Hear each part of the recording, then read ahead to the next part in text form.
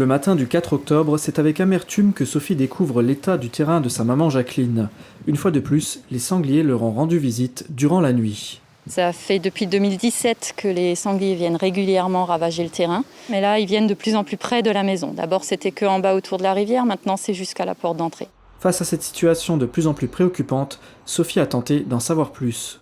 On a contacté le garde-chasse qui nous a dit que les sangliers viennent parce qu'il y a l'agrainage qui est en cours avec du maïs et ils ont besoin de protéines. Donc, ils viennent dans les vallées chercher les protéines qu'ils peuvent. Sophie et Jacqueline ne sont pas les seules à avoir été touchées. Pour Julien aussi, la situation n'est plus acceptable. Tous les ans, c'est pareil, il y a le même cirque avec les sangliers. Le matin, on a peur d'ouvrir les volets.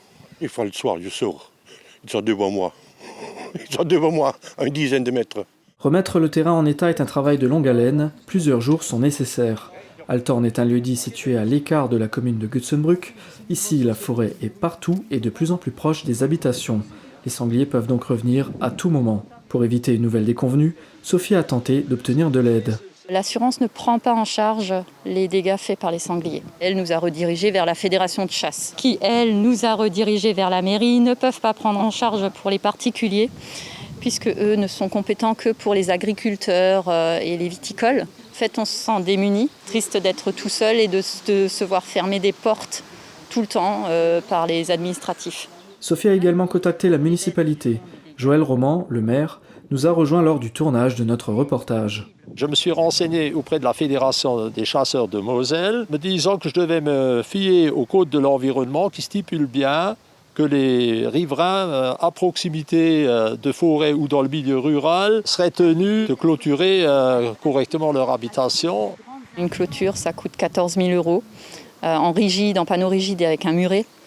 Pour notre voisin, qui lui aussi a eu énormément de dégâts.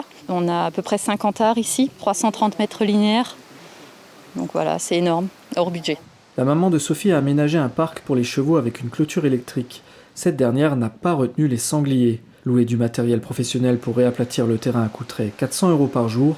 Trop cher pour elle, il leur reste peu de solutions.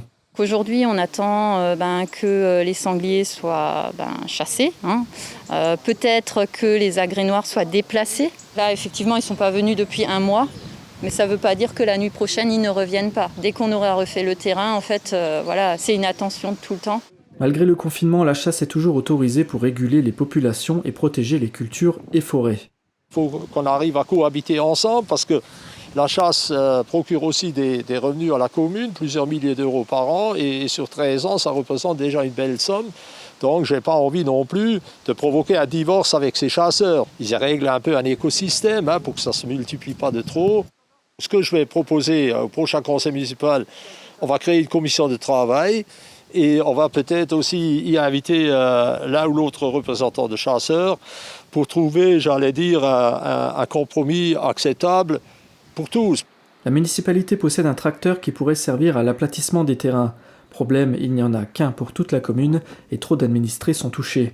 À ce stade, le dialogue apparaît comme la seule solution immédiate.